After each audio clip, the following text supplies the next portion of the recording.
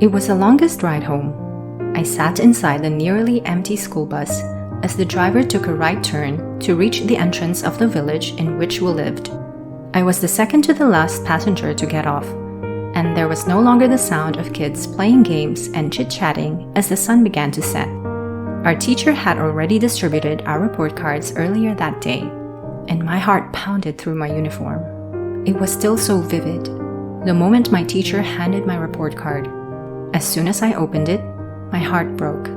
It was the first time I had ever fallen off the honor roll. I felt a lump in my throat as I fought back the tears. I could hear the background noise of my classmates rejoicing for a job well done that quarter. Meanwhile, in that space I was in, there was only silence. I couldn't quite put a finger on how I felt. My young mind wasn't ripe enough to process such a complex emotion. Surely it had an element of defeat to it, but I was no doubt confounded by the rush of feelings that came. Nevertheless, I knew at that instant that I didn't feel like going home. I had worked so hard to maintain my grades, but math was getting harder and harder with each lesson. It was the only thorn in my side that robbed me of the consistent joy and elation that I was meant to feel with every grading period. Eventually, I stepped out of the school bus and opened the gate to our home. I headed inside and saw my mom, and as soon as I sat on the couch beside her, I broke down. She held me in a tight embrace, rocking me back and forth while I sobbed into her chest. When she asked me what was wrong, I told her the truth.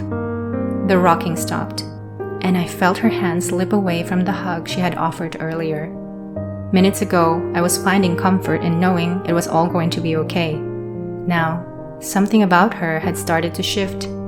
It was then that the cold look in her eyes signaled to me that the moment was over.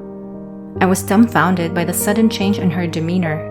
One moment, she was telling me that being on the honor roll didn't matter, and the next, I started to feel without a doubt that it was completely my fault.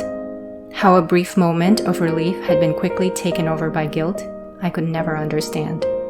We ate dinner in silence. Even my dad, after he got home from work, didn't have anything to say, and he always had an opinion on everything. I was 12 years old, and it felt like I had pushed a classmate off the ledge.